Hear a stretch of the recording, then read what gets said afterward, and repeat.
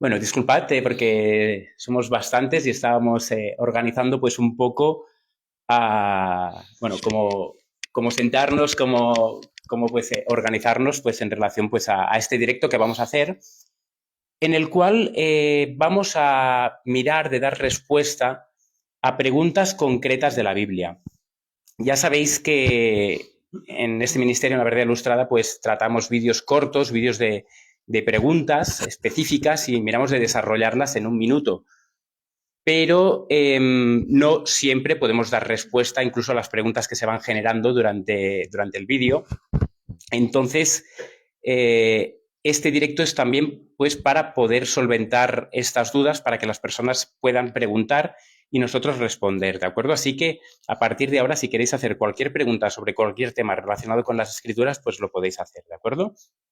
Estamos con Alex, estamos también con Frederic del ministerio, ya lo conocéis de la otra vez, de FA Ministries. También está Carlos del ministerio Profecía presente. Profecía Presente, un servidor Alexis y mi esposa Mónica Jiménez, ¿de acuerdo?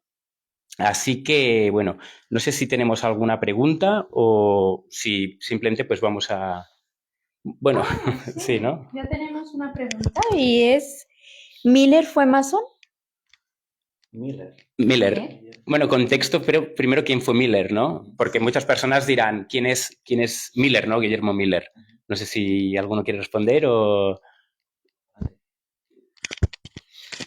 Bueno, George Miller fue la persona que inició lo que se conoce el movimiento millerita, ¿verdad?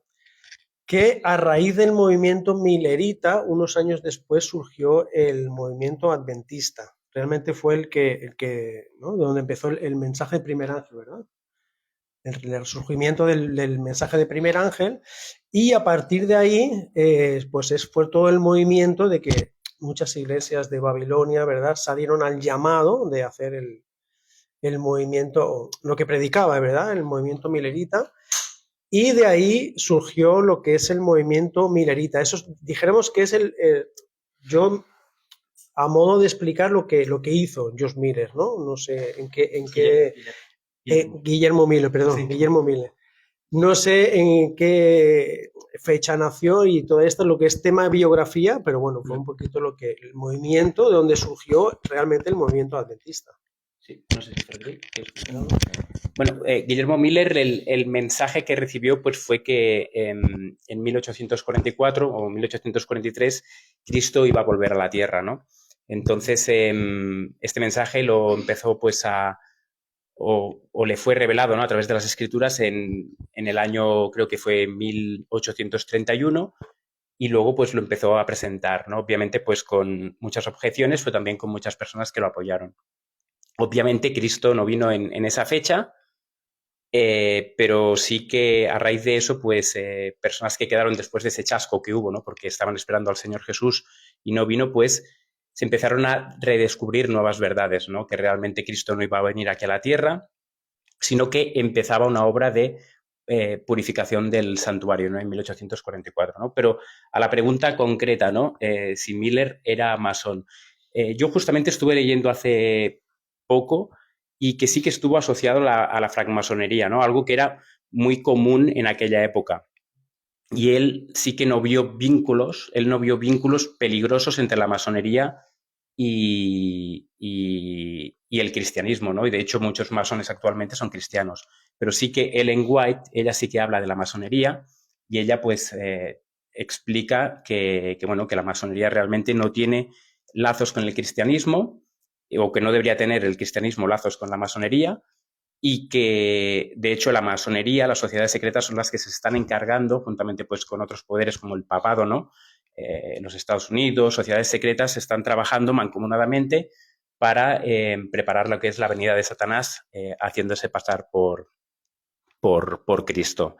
Pero sí, Miller sí que había pertenecido. No se sabe si en la etapa que se... Claro, Miller, recordemos que pasó una etapa que era primero ateo, luego fue teísta, creo, y luego se hizo, pues, él fue el precursor del movimiento millerita. Y es en esa fecha, no se sabe, no hay registro de que si él siguió practicando la masonería, pero que lo era, seguro. porque hay datos que lo certifican. Vale. Tenemos otra pregunta y es, ¿qué entienden sobre los dos testigos de Apocalipsis?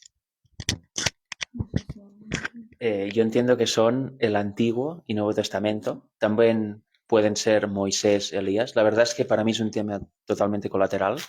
Nunca he dedicado mucho tiempo a estudiarlo, pero si tuviera que decir algo razonable, son como los dos testigos que tenemos en la Escritura, son el Antiguo y el Nuevo Testamento. También hay dos testigos en la Escritura, que es Moisés, el que murió y resucitó y subió al cielo, y Elías, que fue elevado en vida al cielo en un torbellino, ¿no? Como nos dice la Escritura. Con lo cual, para mí sería eso. Pero sobre todo haría hincapié en Antiguo y Nuevo Testamento. Sí, y también hay que recordar que Antiguo y Nuevo Testamento, pero a la vez también las Escrituras son la ley y los profetas.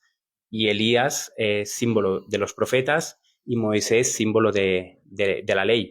Por lo tanto, los dos testigos que se encuentran en Apocalipsis 11 se refiere pues eso, al Antiguo y al Nuevo Testamento, ¿no? Y nos dice que tienen poder sobre los cielos, sobre la tierra, etcétera, y por un periodo concreto de tiempo, ¿no? Que habla de, creo que son 42 meses, que de hecho es el tiempo en el cual, bueno, no es que tienen poder, ¿no? Dice que son hollados y pisados durante 42 meses, que justamente es el tiempo concreto en que el papado, a partir del año 538 hasta 1798, que justamente son 42 meses proféticos, o sea, 1260 años, el papado pues holló las escrituras, las pisó, las prohibió, no permitió la traducción y no permitió pues que la palabra de Dios se divulgara, ¿no?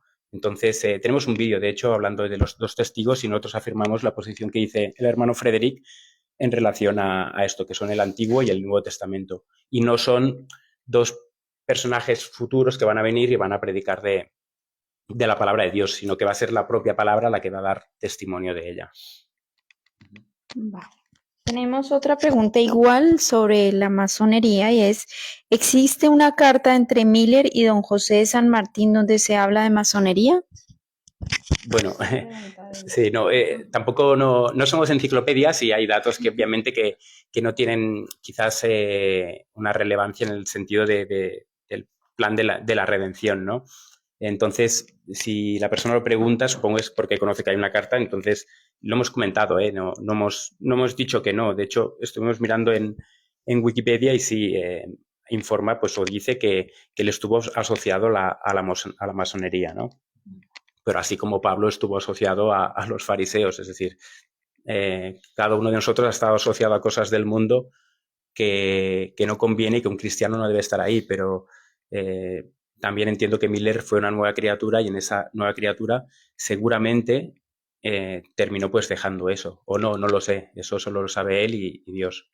Sí, en este caso, en aquella época aún no era conocido que pertenecer a un culto masónico fuera incompatible con el cristianismo. O sea que, bueno, era relativamente normal. Ahora nos parece totalmente fuera de lugar y lo es, pero en aquel tiempo era bastante normal, era muy común. Tenemos otra pregunta. Elena G. White dice haber visto la fecha del regreso de Jesús y luego lo olvidó. No sé si tiene... Bueno, la verdad es que ella misma dice, no recuerdo ahora la cita, mira que la tengo en múltiples PowerPoints, pero no recuerdo la cita, si el hermano que comenta lo dice es porque la ha leído. Ella efectivamente, la fecha de la segunda venida se dan las plagas, el padre dice el día y la hora, y en aquel momento se pronuncia, ¿no? Tal día, tal hora para esperanza de los 144.000 que están ahí en ese momento de las plagas, ¿no? Y sí, efectivamente, ella escuchó esta voz, pero no la puede recordar, porque es potestad del Padre decirlo precisamente en el momento que vio en visión. O sea que sí, efectivamente. Y ella misma dice que no puede recordar absolutamente nada de esa visión, de este momento. Y eso lo hizo en contestación a gente que en su tiempo decía que ella estaba diciendo que oyó la voz de Dios de la fecha, que decía una fecha, etcétera. Y para contestar estas acusaciones decía que no, que ella vio esta visión, pero no recuerda para nada lo que oyó, en este caso la fecha. O sea que sí, la oyó, pero lo olvidó o le quedó velado. Le quedó velada. Sí, exacto. Es curioso que eso es, como dices, en la última plaga, la séptima plaga. Ella dice en su visión que se le mostró, pero lo olvidó. Pero es interesante saber que es la última plaga. En la séptima. En la séptima plaga. Porque luego si profundizas un poquito más en Espíritu y Profecía, dice que a los 144.000 se les mostrará la fecha exacta. Oirán la voz. Oirán la voz, exacto. Entonces, yo creo que como es algo, un comunicado hacia los 144.000, ella se le mostró, pero claro, es curioso que dice que se le olvidó. Y esto se da en un plan, ¿verdad? En un ámbito de la séptima trompeta. Claro, no era el momento, se tiene que oír Exacto. en aquel preciso momento. Exacto.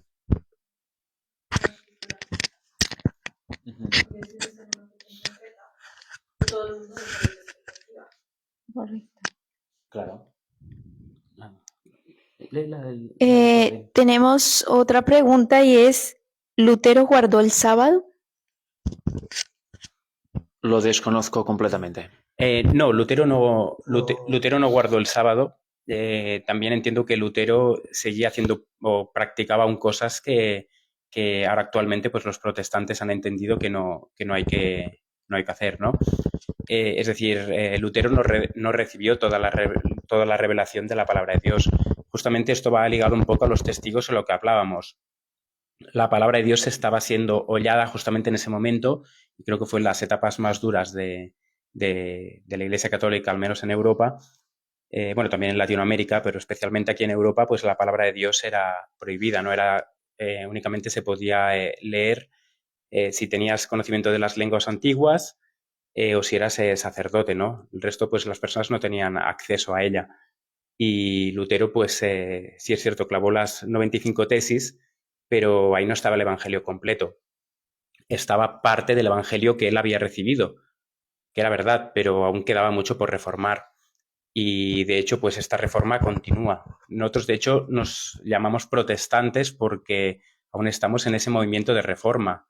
¿Por qué? Porque ha habido verdades que han sido pues sepultadas durante tanto y tanto tiempo, que sucede que un solo hombre no tiene la capacidad para poder darlas todas, sino que Dios ha necesitado de diferentes movimientos, que de hecho tendría que haber sido solamente un movimiento, porque si el cristiano es genuino, el cristiano tendría que haber sido una sola iglesia desde que Cristo pues ascendió al cielo, ¿no? Que eso es lo que se achaca un poco, no se achaca, no, se otorga a la Iglesia Católica a ella misma, porque en cierto modo son los únicos en este sentido que se mantienen fieles a su doctrina prácticamente desde su fundación, ¿no? Aunque sí que es cierto que ha habido varios cambios en diferentes doctrinas, ¿no? Como por ejemplo el tema de la divinidad. Pero sí que es cierto que el plan de Dios era que únicamente hubiera un movimiento que estuviera guardando los mandamientos de Dios y teniendo la fe de Jesús. Lo que pasa es que el egoísmo del corazón de cada uno pues hace que las verdades generalmente no sean aceptadas, y para que esa palabra se pueda divulgar pues se tienen que abrir nuevas iglesias o nuevos movimientos para que la palabra pues se siga desarrollando. Entonces, por eso desgraciadamente hoy tenemos más de 40.000 denominaciones protestantes, y es por la dureza básicamente del corazón y por una iglesia que corrompió la palabra de Dios durante mucho tiempo. Y Lutero el sábado no lo recibió. De hecho, los primeros que lo recibieron, que hay constancia histórica, fueron, o que lo siguieron, no, que lo siguieron guardando, eran los valdenses, luego creo que los cátaros también, los albigenses, y luego ya más adelante es el movimiento adventista el que levanta la verdad del sábado a partir de 1844, con todo el tema del santuario y el reconocimiento de que la ley sigue vigente, y el cuarto mandamiento pues forma parte de esa ley y por lo tanto sigue vigente y hay que guardarlo. Pero bueno, Lutero en sí, él no lo guardó. Pero, digamos, una acotación, no, pienso que no lo guardó de una manera consciente. Claro. De que era un mandato del decálogo, pero en su integridad y en cómo llegó el evangelio, sí hubo es que a veces lo vemos, digamos, como en sí guardó el sábado y él era consciente de que habían los 6 días y el séptimo día, no, quizás en ese momento no había ese conocimiento, pero en el evangelio que él entendió, guardó los 10 mandamientos. Entonces, ¿cómo sería ahí ese? No sé si me logran captar. Yo quería... Lo que pasa es que no se escuchará. Sí, nos comentan Sí. que él entró, ¿no? Sí, sí. Yo lo que creo es que ahí entra el tema de la verdad presente. Correcto. O sea, él fue levantado para empezar el movimiento de la justificación por fe. Entonces, ¿qué pasa? Que personalmente, yo por lo que tengo entendido, él no guardó el sábado. Pero realmente yo creo que es que él estuvo levantado para hacer otro movimiento, ¿no? Porque claro, estamos hablando de siglos atrás. Y él levantó lo que es la justificación por fe. Entonces, o sea, nosotros los pioneros, o nosotros no digo los pioneros, no levantemos eso estaba ya de antes. Entonces, él, yo creo que, o sea, piensa que, por ejemplo, yo creo, por lo que he estudiado, el mensaje del sábado tampoco se instauró en 1844, fue en 1848. Sí, más adelante. Entonces, realmente, o sea, Lutero, la verdad presente de Lutero para mí era la justificación por fe. Que tuviese conocimiento del sábado, eso quizás no lo sé, pero bueno, yo creo que está un poquito más o menos demostrado de que él no lo guardaba. Como tal, sí, ya entendí. Adelante. Sí, a mí me gustaría hacer una acotación. Hay tantas denominaciones porque Isaías 4.1 dice: en aquel tiempo 7 mujeres, que en profecía en la Biblia son iglesias, echarán mano de un hombre, diciendo: nosotras comeremos de nuestro pan y nos vestiremos de nuestras ropas. Las ropas son la justicia, ¿no?, que viene del cielo, y pan es Cristo. Solamente permítenos ser llamadas por tu nombre y así quitar nuestro propio. O sea que de aquí vienen tantas denominaciones. Muchas quieren el nombre de cristianos, pero quieren hacer su camino, no quieren seguir a Cristo realmente, ¿no? Y referente a Lutero, me gustaría hacer una pequeña acotación. Él efectivamente despertó el mensaje de la justificación por la fe, pero sin embargo era una justificación por la fe legal. En cambio, el reavivamiento que hubo en el movimiento adventista siglos más adelante fue una justificación por la fe totalmente integral, ¿no? Ver que Cristo realmente te hace justo, no solo te declara justo, sino que te hace justo realmente, ¿no? Y ahí es el avance de lo que hizo Lutero, luego lo avanzaron Waggoner y Jones en su momento, ¿no? Y esa es parte esencial del movimiento adventista. Tenemos más preguntas y gracias por aportar, y también los que tengan preguntas, pues aquí estamos. Tenemos una pregunta y es que ¿cómo se ve la diferencia el nuevo Elías de la Biblia y el anticristo? La gente va a utilizar ese versículo para hacer pensar eso y engañar a la gente. No he entendido bien El nuevo Elías y el ¿Cómo se va a ver anticristo. la diferencia del nuevo Elías de la Biblia y el anticristo? ¿Cómo será la diferencia entre el tercer Elías? Digamos, Ajá. y el anticristo, ¿no? Bueno, son dos, Sí. es totalmente antagónicos. Son dos. Es que incluso no son ni personas, ¿no? A veces hay el concepto que el anticristo es una persona. Y sí que es cierto que hay una persona que es la cabeza de ese movimiento, pero el anticristo, bueno, también dice que el que niega al Padre y al Hijo es el anticristo. Es que anticristo es muchas cosas. Es decir, el no hacer la voluntad de Dios es anticristo. ¿Por qué? Porque está haciendo tu voluntad y no la de Cristo. Por lo tanto, anti no significa en contra, sino en lugar. Estás tomando el lugar de Cristo. Entonces, todos en algún momento hemos podido llegar a ser anticristo. Pero también el anticristo, así por antonomasia, es Satanás, y luego también el papado, la bestia, ¿no? Que también es el anticristo. Y entonces la diferencia que hay básicamente entre Elías y anticristo, bueno, la diferencia no, es que son dos movimientos totalmente antagónicos. Mientras el anticristo pisa la ley de Dios, especialmente el cuarto mandamiento, el tercer Elías levanta, ensalza la ley de Dios y guarda el sábado, ¿no? Aquí está la paciencia de los santos, los que guardan los mandamientos de Dios y tienen la fe de Jesús. A la vez también, pues, Elías es el pueblo de Dios en el tiempo del fin que va a predicar el evangelio tal cual es, y el anticristo se opone a la palabra de Dios, la tergiversa y se basa, pues, en tradiciones y enseñanzas que no son basadas en la escritura. Sí, y de hecho el anticristo promulgará la marca de la bestia y Elías promulgará eso, Malaquías 4 al 5. Acordaos de la ley de Moisés, mi siervo. Uno promulgará un falso día de reposo, el otro el verdadero, al cual encargué en Horeb ordenanzas y leyes para todo Israel. He aquí yo os envío a Elías el profeta antes que venga el día de Jehová grande y terrible, o sea, antes de que venga Jesús. Y el 6, él convertirá el corazón de los padres hacia los hijos y el corazón de los hijos hacia los padres. etcétera. O sea que la función de Elías es completamente opuesta, como ha dicho Alexis, a la del anticristo. Uno exaltará la ley de Dios y promulgará este amor entre el prójimo y entre la familia, y el otro lo que creará es división y promulgará el adulterar, por decirlo de alguna manera, de la ley de Jehová y aceptar otro Dios en su lugar, ¿no? Seguimos con las preguntas. ¿En qué punto la ira se considera pecado? Porque la palabra dice airado, pero no pequéis. Mira, es sencillo. Si tú... Y curioso porque lo hemos hablado a la hora de la comida. Sí, por eso tengo fresca una posible respuesta. Si te airas y en tu corazón está querer el mal al otro o querer perjudicar al otro o sientes algún tipo de rencor o de rabia o de sentimiento no correcto hacia el otro, entonces tu ira proviene del diablo y estás pecando. Estás dejando fluir la carne, tus tendencias pecaminosas, estás pecando.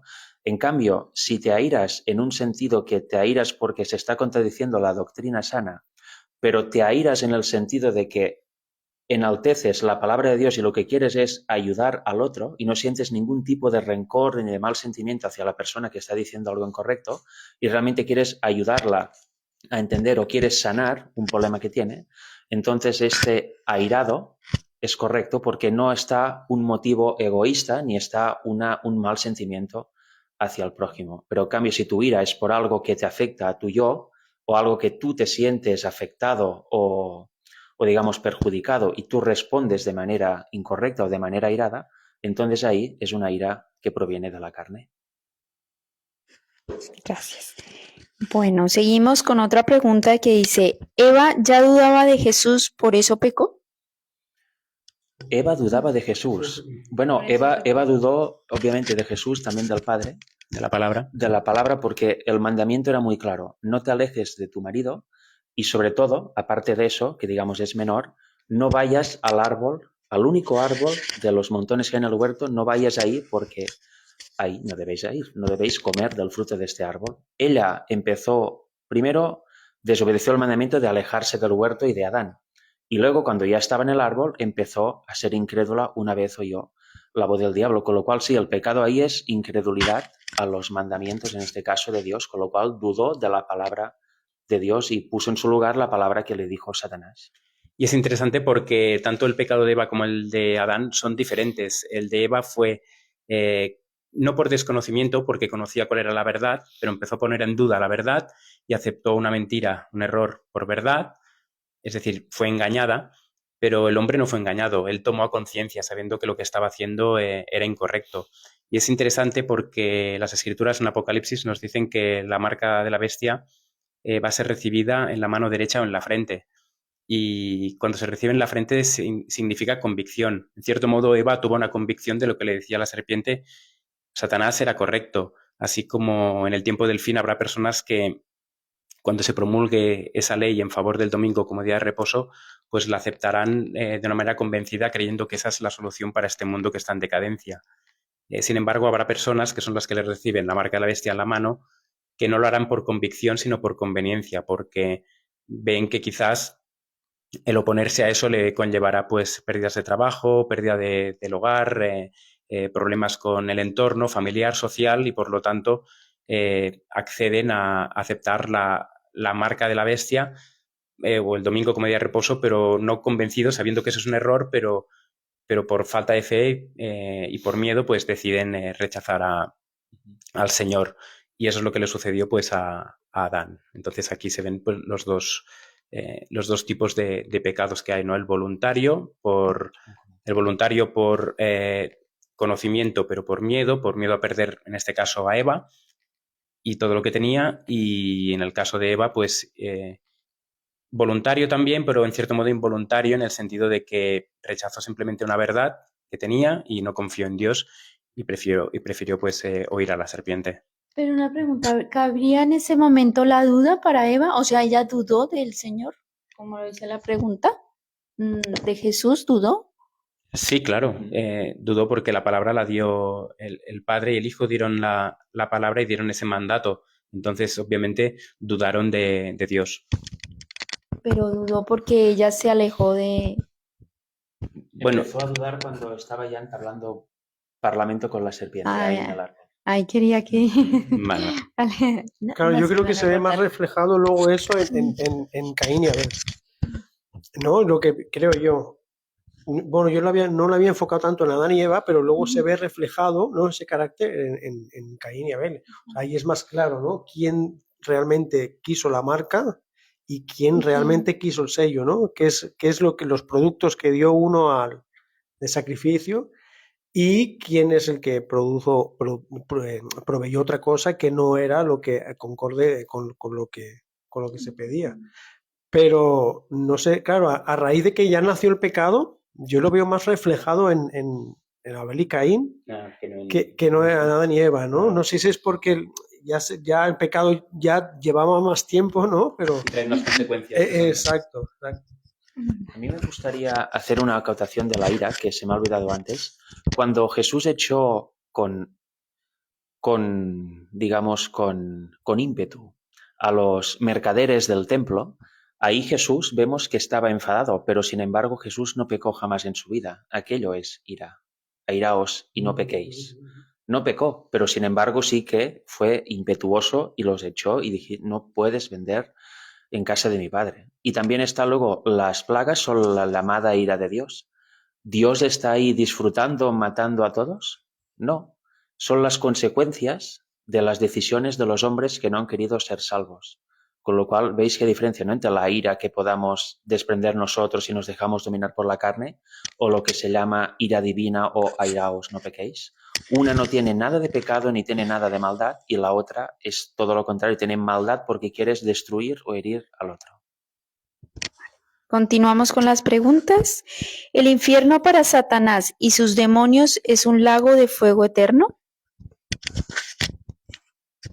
No, lo que vemos en la segunda resurrección es que evidentemente hay fuego y este fuego purificador también recrea a la vez la nueva tierra, con lo cual es eterno en las consecuencias. Satanás, los demonios y los que resucitan en la segunda resurrección serán muertos para siempre, nunca más volverán a existir, pero no se estarán quemando eternamente. A la vez ese fuego también es Dios, ¿no? Dios es fuego consumidor y por lo tanto ese fuego es eterno porque Dios es eterno. Y lo que dice pues Frederick, ¿no?, que es también de consecuencias eternas. Entonces, bueno, básicamente es eso, ¿no?, que hay el concepto de que la gente estará quemando por la eternidad. Sí que hay esos textos, ¿no?, de textos de Apocalipsis que dice que el dragón, la bestia, el falso profeta son lanzados al lago de fuego y estarán quemando día y noche, ¿no?, por los siglos de los siglos, ¿no? Eso significa condenación perpetua, no perpetuamente condenados, sí, perpetuamente condenados, pero no perpetuamente siendo consumidos, porque en Ezequiel 28 claramente dice que finalmente Satanás será consumido. Y también, no sé si es en Malaquías 4, también habla de que raíz y ramas serán destruidos, serán consumidos. Y luego hay un montón de textos, no sé si en el libro de Isaías, Isaías creo que es, donde habla de los impíos que todos serán consumidos, todos serán puestos como cenizas debajo de las plantas de nuestros pies. Entonces, Claro. obviamente, no va a haber vida. Y otro punto que creo quizás el más relevante es que Cristo vino a deshacer las obras del diablo. ¿De qué le sirve tener a millones de personas quemando por la eternidad y blasfemando el nombre de Dios? Por lo tanto, lo que estaría haciendo Cristo es propagar el pecado en lugar de concluir con él, terminar con él. Entonces, eso es lo que quiere Satanás, que el pecado perpetúe. Y por lo tanto, él sabiendo que el conflicto está perdido, pues bueno, la única manera de perpetuar el pecado es haciendo creer a los cristianos de que los impíos estarán ardiendo por la eternidad, a la vez que también desfigura la imagen de Dios y de Cristo. Sí, no quería comentar esto, ¿no? Que el carácter de Cristo no es el de una ira vengativa, sino que es simplemente terminar con el pecado. Y las consecuencias son eternas y ya está. Sí, consecuencias eternas para vida eterna y consecuencias eternas para muerte eterna. De hecho, es que lo dice muerte eterna. Algo que está muerto no está vivo, está muerto. Las palabras Y si clara. son como ceniza a vuestros pies, la ceniza ya no está en llamas. Y aparte en Sodoma y Gomorra también habla del fuego eterno. Sodoma y Gomorra no están ardiendo ahora. Se consumieron para siempre y de hecho si vais ahí es un desierto tremendo, donde antes había vida y florecimiento, pero bueno, con lo cual es eso, lo de eterno, en este caso, mira lo que hablábamos también antes, eternidad no significa siempre desde siempre hasta siempre, sino que a veces también en la Biblia vemos la palabra olam, que es eternidad, que tiene un inicio y no tiene final, o tiene un inicio y un final incluso, pero mientras existe eso es eterno, o sea que también hay que aprender a separar y a ver en cada contexto lo que significa eterno, en hebreo. Continuamos con las preguntas. Sí, hay una que dice, ¿hay iglesias protestantes por la dureza del corazón? ¿Qué dices? Sí, claro, hay iglesias, bueno, este es un comentario que había hecho yo en relación a que por la dureza del corazón, pues se han tenido que levantar nuevos movimientos, nuevas iglesias. Me refiero a la dureza del corazón, vuelvo a explicar un poquito, ¿no? El hecho de que una persona venga con una verdad bíblica en relación a cualquier tema y lo presente, y esa persona pues es rechazada en esa iglesia, en esa congregación, pues esa persona pues va y sigue predicando esa verdad donde le aceptan. Entonces, simplemente pues esa persona va, predica la palabra y entonces lo que hace es extender lo que ya conocía más esas nuevas verdades y simplemente pues se levanta un nuevo movimiento, una nueva iglesia. De hecho, si vemos la historia de los protestantes, es que es así. Gente se quedó y no aceptó el bautismo por inmersión. Para eso surgieron los bautistas. ¿Por qué surgieron los bautistas? Porque hubo dureza en el corazón de la iglesia anterior que no aceptó el bautismo por inmersión, se quedó con el bautismo por aspersión y a niños, y la iglesia bautista pues levantó el bautismo. ¿Pero por qué? De hecho, el nombre de la iglesia tendría que haber sido el mismo, ¿no? Del anterior, pero al no aceptarlo, pues se creó pues una bifurcación en esa iglesia y hasta unos se quedaron ahí en ese movimiento sin aceptar el bautismo por inmersión y los otros pues aceptaron esas verdades más la añadida, ¿no? Y así sucede también pues con el día de reposo y el adventismo. De hecho es así. Iglesias en plural, protestantes o de cualquier tipo, existen por eso, porque se quedan a medias, empiezan a reformar pero no terminan de reformar. Luego crean un credo y ahí se estancan, con lo cual muchas veces va a salir otra iglesia con nuevas verdades o las mismas verdades anteriores más nuevas y así va siguiendo. Por eso hay iglesias protestantes por la dureza del corazón, sí, cuando debería haber solo una iglesia. Ni católica ni protestante, sino la Iglesia del Señor. ¿Por qué? Porque acepta todas las verdades que hay en la Biblia y no se cierra a ninguna, ni se queda a medias aceptando errores con verdad. ¿Tenéis alguna respuesta más? Continúo. ¿Sí? Vale.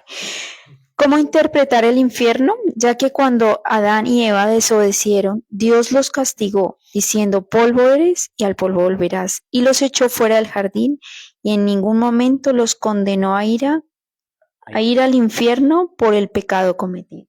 Bueno, no es una pregunta, sino que es una afirmación de lo que estábamos diciendo, ¿no? Que simplemente no les condenó a ningún lugar en llamas a ir, sino que simplemente volvió al polvo y así entendemos que tanto Adán, Eva, Daniel, incluso Daniel en el último capítulo dice que volverás al polvo, ¿no? Y que, a ver, lo leo, perdón, porque el texto en sí es el último capítulo de Daniel, dice, y tú irás hasta el fin y reposarás, ¿no?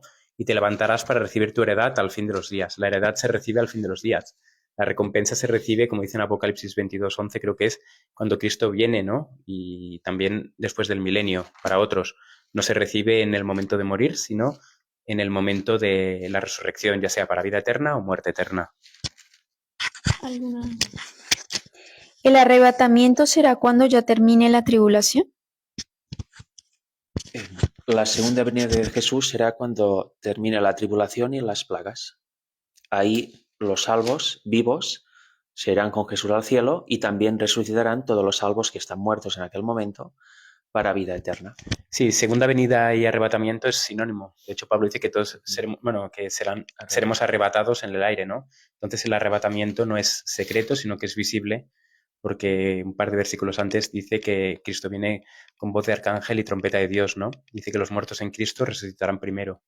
Y efectivamente después de la tribulación y de la ira de Dios, no antes. Sí, después de las plagas y después de la pequeña, de las varias tribulaciones que tengamos. Sí, exacto. Yo, bueno, siempre me ha impactado mucho 1 Corintios capítulo 15, porque es bastante extenso el capítulo y explicativo, ¿no? Entonces muchas veces me quedo sorprendido con personas que no creen en la tribulación, dijéramos, la que vamos a pasar en la tierra. Y en 1 Corintios 15, versículos 52 y 53 es clarísimo, ¿verdad? Dice, en un momento, en un abrir y cerrar de ojos, a la final trompeta, porque se tocará la trompeta y los muertos serán resucitados, incorruptibles, y nosotros seremos transformados. Porque es necesario que esto corruptible, se vista de incorrupción y esto mortal se vista de inmortalidad. Y si nos vamos a Juan 5, creo que es versículo 25-26, ahora no sé, es clarísimo, por palabras de Jesús, cómo retrata la resurrección. O sea, entonces es inútil que haya una tribulación, dijéramos, como se predica, ¿no? O sea, que no va a haber una tribulación, sino que vamos a vivir la tribulación. Dijimos que no vamos a vivir la tribulación, ¿no? No tiene sentido porque la palabra es claro ante esto. Y de hecho creo que es en segunda de Tesalonicenses, nos habla de Pablo también de que los que hemos quedado seremos llevados al cielo con Jesús. Con lo cual, si han quedado ahí y viene Jesús, quiere decir que ya todo ha terminado. Con lo cual, el arrebatamiento, en definitiva, el tema de que la iglesia, los salvos, se irán al cielo con Jesús, es siempre, siempre, siempre después de la tribulación. De hecho, perdón. Sí, la idea de que la iglesia no va a sufrir persecución es una idea muy humana que se entiende porque nadie quiere ser perseguido, pero no es bíblica. De hecho, Pedro, en Hechos, si no me equivoco mal, dice que, mejor dicho, en el libro de Hechos se dice que cuando estamos en prueba, esa produce paciencia, etcétera, y si la superamos, salimos refinados como el oro. Con lo cual, la tribulación refina a la iglesia, la purifica, incluso antes de la persecución final, la prepara para soportar la final. Es así. De hecho, el versículo 16 de Primera de Tesalonicenses dice, porque el Señor mismo, lo que decíamos, ¿no? Dice que descenderá del cielo y dice, los muertos en Cristo resucitarán primero. Luego nosotros los que vivimos, los que hayamos quedado. Muchas personas toman esto, los que hayamos quedado, significa los que no han sido raptados. Pero no es así, porque dice, luego nosotros los que vivimos, los que hayamos quedado, dice, seremos arrebatados juntamente con ellos. De hecho, aquí las palabras en griego juntamente con ellos significa al mismo tiempo que ellos. Ajá. Por lo tanto, es en el mismo momento. Tanto los que resucitados como los que han quedado son los que han pasado por la tribulación, los 144.000, y juntos son arrebatados en el aire.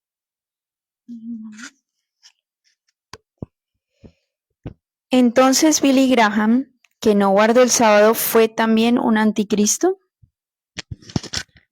Bueno, es que son preguntas que está haciendo una persona y bueno, yo creo que lo mejor de todo, cuando ya hay tantas dudas o quizás preguntas un poco capciosas, pienso que lo mejor es ir a Google y buscar realmente si fue Billy Graham. Yo no conozco a Billy Graham, no lo conocí personalmente, entonces no sé si fue anticristo o no.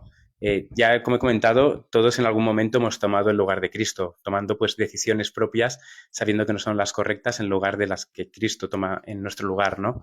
Y por lo tanto en ese momento nos volvemos anticristo, ¿no? En el sentido, me refiero de la palabra, ¿no? Que nos ponemos en lugar de Cristo. Pero sería todo el que es anticristo es el que va en contra de la voluntad. Si él, Billy Graham, porque lo han mencionado, fue en contra de la voluntad de Dios, fue anticristo.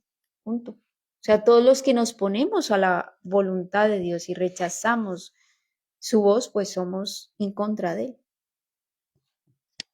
¿Tenéis algo más para...? Sí, yo estaba buscando el texto, no me acuerdo, pero en Primera de Juan dice que el que niega al Padre y al Hijo es anticristo. Y luego en el capítulo 3, de Primera de Juan... Ajá, exacto. Todo el que niega que Cristo ha venido en carne también es anticristo, ¿no? Con lo cual la definición bíblica es esta. Y obviamente quien niega eso es anticristo. Quien niega el sábado también es anticristo porque forma parte del Evangelio. En definitiva es anticristo todo el que vive fuera de las leyes de Dios, ¿no? Todo el que vive no según la voluntad de Dios. ¿La gloria de Dios es el carácter de Dios, es decir, los 10 mandamientos? Repito la pregunta, ¿sí? ¿La gloria de Dios es el carácter de Dios, es decir, los 10 mandamientos? Bueno, yo creo que sí, es el carácter de Dios, los 10 mandamientos. De hecho, es lo único que está escrito por él en la Santa Palabra. Fue escrito con el dedo y sobre la roca. ¿Y quién es la roca? La roca es Cristo, ¿verdad? ¿Y qué dijo Cristo? Si me amáis, guardad mis mandamientos. Entonces, claro, es el carácter. Yo creo que, o sea, si no cumples las leyes, los 10 mandamientos, o sea, es básico. Para mí yo creo que es básico cumplir los 10 mandamientos, porque es el carácter. Y ya solo saber que es lo único escrito en la Santa Palabra por el dedo de Dios, ¿verdad? Y en la roca, que es muy simbólico, o sea, la roca es Cristo. ¿Y a dónde llegamos nosotros? ¿Cómo cumplimos nosotros los 10 mandamientos? Mediante Cristo, ¿no? Mediante la roca. Y es curioso porque comentas, ¿no? Dios escribió con su dedo en la piedra y Cristo escribió en la arena, ¿no? No sabemos lo que escribió. Bueno, al menos en la Biblia no nos dice lo que escribió. Unas personas dicen que fueron sus nombres de los pecadores, otros fueron los pecados, pero es simbólico que lo escribiera en la arena, porque la arena es algo que es volátil, sopla el viento y eso se borra. Uno pasa una escoba, pisa y entonces lo que se ha escrito se borra. Eso era una manera de decir también que quizás vosotros también sois pecadores como ella y os escribo en arena en el sentido de que también tenéis perdón de pecados. Sin embargo, los 10 mandamientos, el hecho de que estén escritos en piedra, cuando tú haces un grabado en una piedra y lo haces pues con un cincel y con relieve bajo, ¿no? Bajo relieve, entonces eso queda para siempre, ¿no? Es una manera de decir que la ley es eterna. ¿Por qué? Porque Dios es eterno y su carácter es eterno. Entonces, mi esposa siempre hace una pregunta, ¿no? Porque entiendo que todas las preguntas, muchas preguntas que se hacen en relación a la ley es específicamente por el tema del sábado, ¿no? Pero ¿cuál de los 10 mandamientos va en contra de la voluntad de Dios? Realmente, si los leemos, los 10 mandamientos son voluntad de Dios porque reflejan perfectamente su carácter. Y que no van en contra de la integridad del ser humano. O sea, si los guardamos, no son contraproducentes. Y ojo, Sí. que cuando decimos guardarlos, también nos estamos refiriendo a retenerlos, a tenerlos, a poseerlos en el corazón. Porque a veces el guardar en sí se toma mucho como una lista, ¿no? De la compra en la cual pues te fijas, la lees y miras de alcanzar eso. Pero cuando Dios dice guarda mis mandamientos, se refiere a que los retengas en tu corazón. ¿Por qué? Porque Él nos los pone en el corazón. Dice que Él escribirá, ¿no? Su ley en medio de nuestros corazones. Entonces, la ley se retiene, ¿no? No se guarda en el sentido de mirar la ley y miro de cumplirla para alcanzar eso, sino que confío en la palabra de Dios y Dios la establece en mi corazón por fe.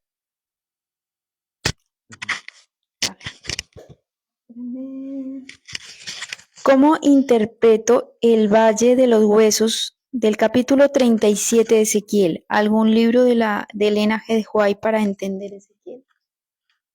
Capítulo 37.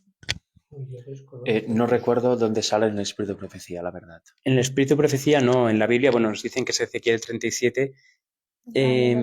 Sí, básicamente también yo veo un poco el tema del Valle de los Huesos Secos, me recuerda un poco es como una especie de revelación de lo que tiene que acontecer cuando Cristo vuelva por segunda vez, de todas aquellas personas que han muerto, que están pues desperdigadas por todo el mundo, muchas personas pues fueron quemadas, luego también con el paso del tiempo pues los huesos se van pudriendo y se van pues finalmente se vuelve polvo, ¿no?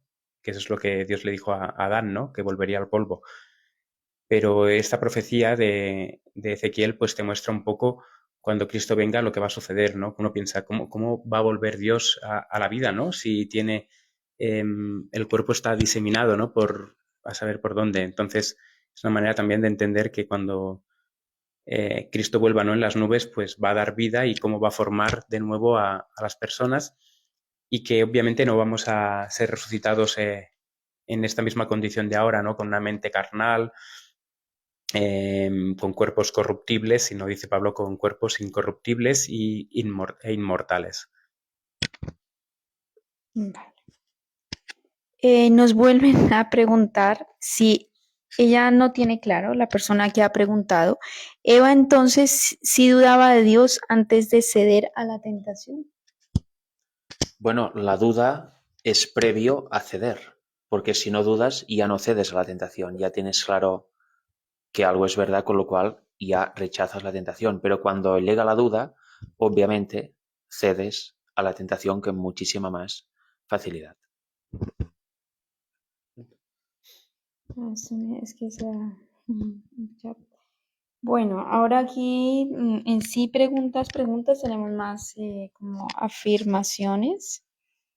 ¿Y quién es un mentiroso? El que dice que Jesús no es el Cristo, el que niega al Padre y al Hijo es un anticristo, que era lo que ustedes ya habían comentado.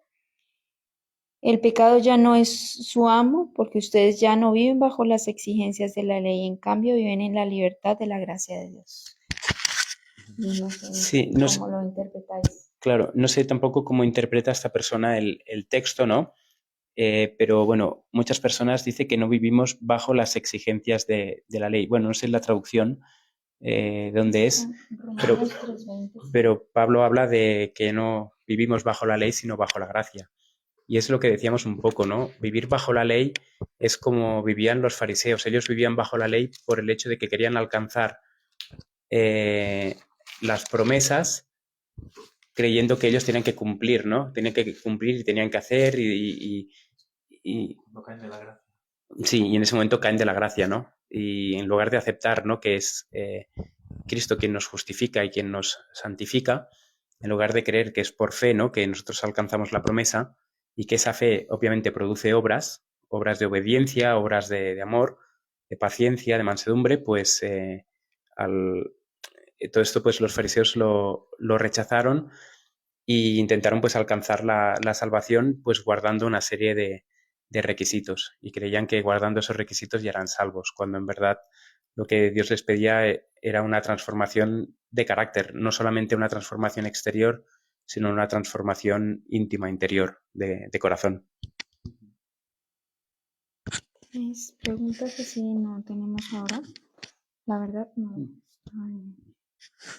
Está ahí, pero Bueno, vemos que hay 50 personas conectadas. De momento no tenemos preguntas, así que si queréis aprovechar para recalcar algún punto de lo que se ha hablado o lanzar algún tema o alguna cosa, pues adelante.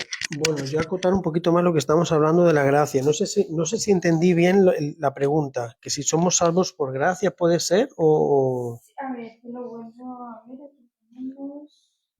Aquí estamos.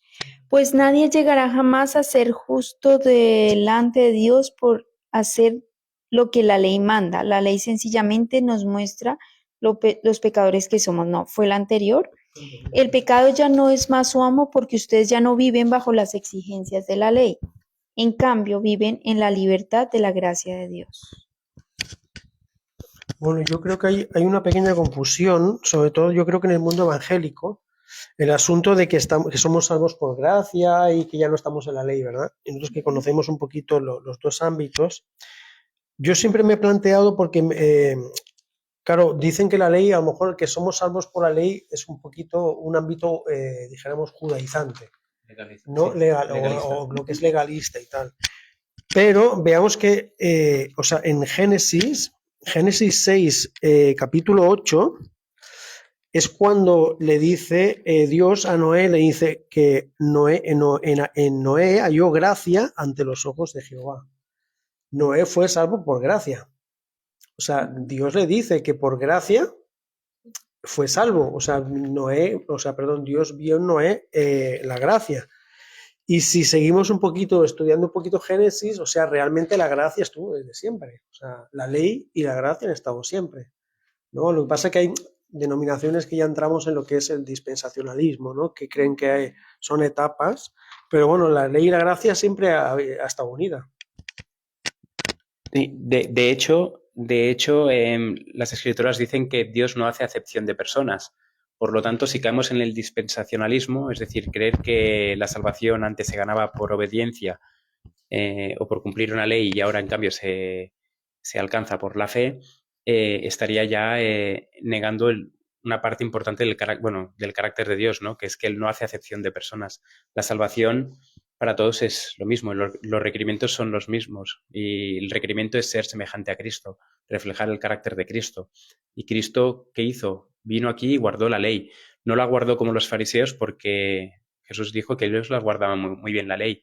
El problema es que en sus corazones no la tenían establecida, la llevaban de cuerpo para afuera, pero de cuerpo para adentro no eran, dice, sepulcros blanqueados. Sin embargo, Cristo sí que encarnó la ley, la vivió, la guardó, pero no la guardó como una mera lista de requisitos, sino que Él era eso. Todo lo que predicaba, todo lo que decía, todo lo que guardaba, Él lo era. Y Él nos demanda esto de nosotros. No que cumplamos la ley por cumplirlas, sino que seamos semejantes a Él, semejantes a Dios y a Cristo. Sí, de hecho, Abraham, su fe le fue contada por justicia y Abraham está mucho antes que Cristo, ¿no? Con lo cual él también fue justificado por su fe y no por las obras. Y aquí en Romanos 6 nos habla que somos participantes de la muerte de Cristo en el momento que nos bautizamos, porque imitamos su muerte. Y luego dice, en el versículo 7 de Romanos 6, dice, porque el que ha muerto, libre es del pecado. Y si morimos con Cristo, creemos que también viviremos con él. Sabiendo que Cristo, habiendo resucitado de los muertos, ya no muere, la muerte ya no tiene dominio sobre él. Porque en cuanto murió al pecado, murió una vez, pero en cuanto vive, para Dios vive. Así también vosotros consideraos en verdad muertos al pecado, pero vivos para Dios en Cristo Jesús, Señor nuestro. Y aquí viene. No reine, pues, el pecado en vuestro cuerpo mortal para que lo obedezcáis en sus concupiscencias. Con lo cual, aquí vemos que el pecado no es que desaparezca y podamos tener nuestra vida como queramos, sin tener en cuenta los requerimientos de la ley, porque aquí dice no reine pues el pecado, o sea, puede reinar, podemos caer en pecado. Si podemos caer en pecado, podemos transgredir la ley, que es la única definición de pecado que dice la Biblia.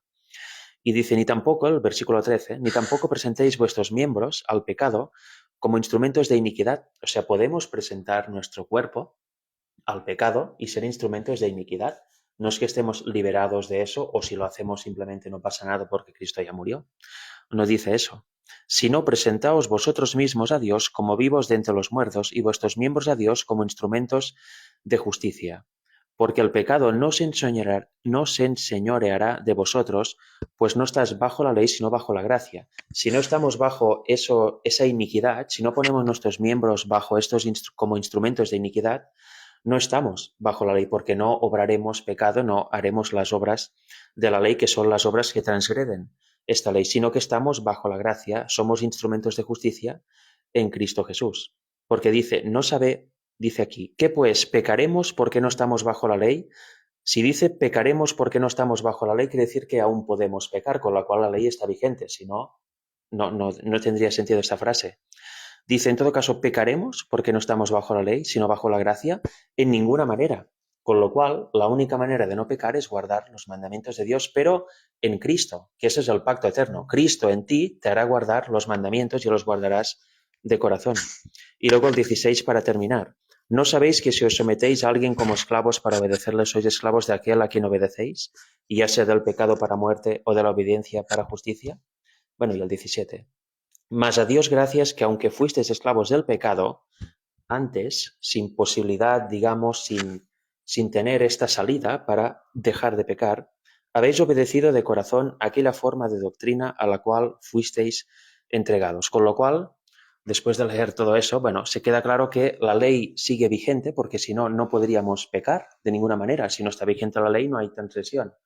Con lo cual está vigente, pero no es necesario que pongamos nuestro cuerpo a servicio del pecado, sino que debemos entregarnos al Señor para ser obreros de justicia, ¿no? Y la salvación siempre ha sido por gracia, porque ahora me he acordado, Enoc caminó con Dios 300 años y fue llevado al cielo. ¿Cómo lo hizo? Él estaba en el Antiguo Testamento, antes del diluvio incluso. ¿Cuánto quedaba para que viniera Cristo? Pues unos 3000 y pico de años, más o menos. ¿Cómo lo hizo? Entonces la salvación, ya era por gracia antes, lo es ahora y lo será hasta que Cristo venga. El pacto del Sinaí, el llamado pacto antiguo, es el que hizo el hombre de forma unilateral con Dios. Dijo, gracias Señor, voy a obedecer todos tus requerimientos. Unas semanas después ya habían construido el becerro de oro y habían transgredido ese pacto que hicieron él con Dios, el cual Dios nunca se lo pidió. porque Dios les explicó el pacto eterno que hizo con su Hijo y se los mostró para decir, ¿lo aceptáis o no?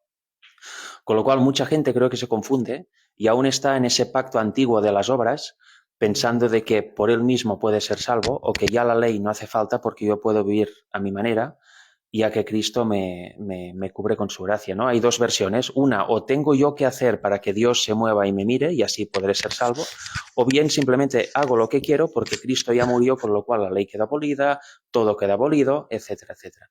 No tiene ningún sentido, porque Cristo dijo que vino a cumplir la ley, y la palabra es plerú, que significa llenar la ley. O sea, vino a demostrar cómo se guarda la ley de corazón. No vino a cumplirla una vez para que nadie más la cumpla. Ya que en Isaías 66 23. o 60, no me acuerdo, 66, ¿verdad? 23, dice que se guardará el sábado en el cielo, con lo cual estaríamos en una situación realmente interesante, ¿no? Antes de Jesús se guarda la ley, después de Jesús no, y una vez salvos en el cielo, otra vez se guarda. No tiene ningún sentido. Porque además, y los que van al cielo, muchos millones serán a partir de que Jesús vino, ¿se les requerirá algo que no se les ha requerido para su salvación previa? No tiene sentido. Hay más preguntas, ¿no? Sí. Vale, sigo. ¿Cómo responder cuando nos preguntan qué religión somos?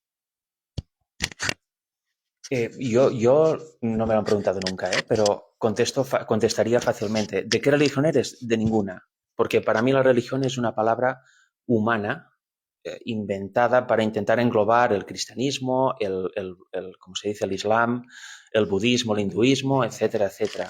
Si me preguntan de qué religión soy, entre comillas, pues yo diré que soy un cristiano de la Biblia. Yo leo la Biblia con la ayuda de Dios y lo que entiendo lo acepto, lo profundizo y lo aplico a mi vida con la ayuda del Señor. Ahora, si tuviera que definirme con un nombre humano, digamos, yo me considero adventista del séptimo día, de los antiguos, por eso, de los que tenían los antiguos hitos, de los pioneros. Pero, en definitiva, sería cristiano de la Biblia. En realidad, cuando leemos la Biblia no vemos denominaciones ni religión, vemos un pueblo que sigue a Cristo y otros que no, con lo cual me considero un intento de seguidor de Cristo. Sí, esto que dice Frederick, justamente esta semana me he encontrado una situación que me habían preguntado, ¿no? Una trabajadora en un sitio que fui que era evangélica, y claro, con el mismo concepto que tengo, ¿no?, de Frederick, de lo que es la religión, ¿no?, pues recuperar esa comunión que teníamos antes de pecar, pues tuve que dar un nombre, ¿no?, a nivel de que, pues claro, lo que más se acerca y a lo que más vivimos es el adventismo.